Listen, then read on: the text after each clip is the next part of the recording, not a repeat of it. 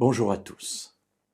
Voyons aujourd'hui la fin de notre parabole du semeur, parabole sur le royaume que Jésus a donné à ses disciples. Nous avons dans l'Évangile selon Matthieu au chapitre 13 et cette fois-ci au verset 23, la semence qui tombe sur le dernier terrain. Quel est ce terrain? Celui qui a reçu la semence dans la bonne terre, dit Jésus, c'est celui qui entend la parole et la comprend.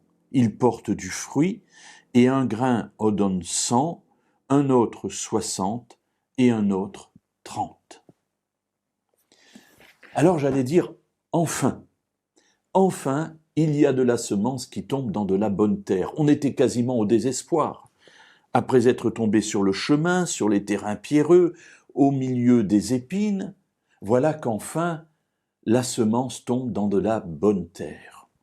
Alors nous l'avons dit dans la première méditation, permettez-moi de le redire dans cette dernière méditation, cela montre le grand amour de Dieu qui distribue sa semence partout. Il n'y a pas par définition des gens qui ne peuvent pas entendre ou qui ne doivent pas entendre la parole de Dieu, mais le semeur doit semer partout.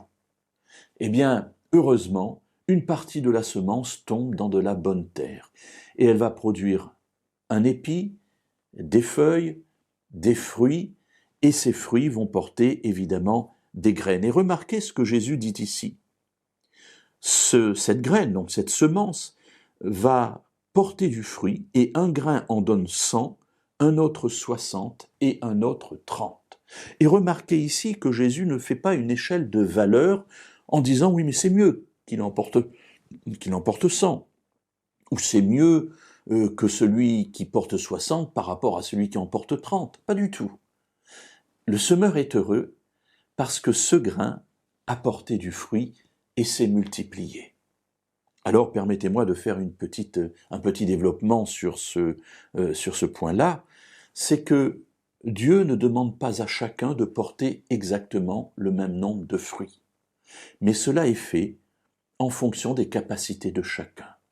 Effectivement, même en tombant dans la bonne terre, certaines graines seront enfouies plus profondément, d'autres moins, certaines dans un endroit plus humide, d'autres moins, et ainsi la croissance des plantes sera différente.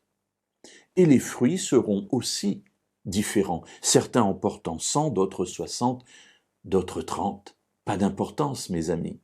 On n'est pas en train de faire une course pour savoir quel est le premier qui arrivera. Dans la vie spirituelle et dans les valeurs du royaume, ce qui est important, c'est d'arriver. Et lorsque nous arrivons en ayant laissé Dieu produire en nous les différents fruits, eh bien nous ne sommes pas là en train de nous comparer avec les autres en sachant combien de fruits les autres ont porté et si c'était mieux.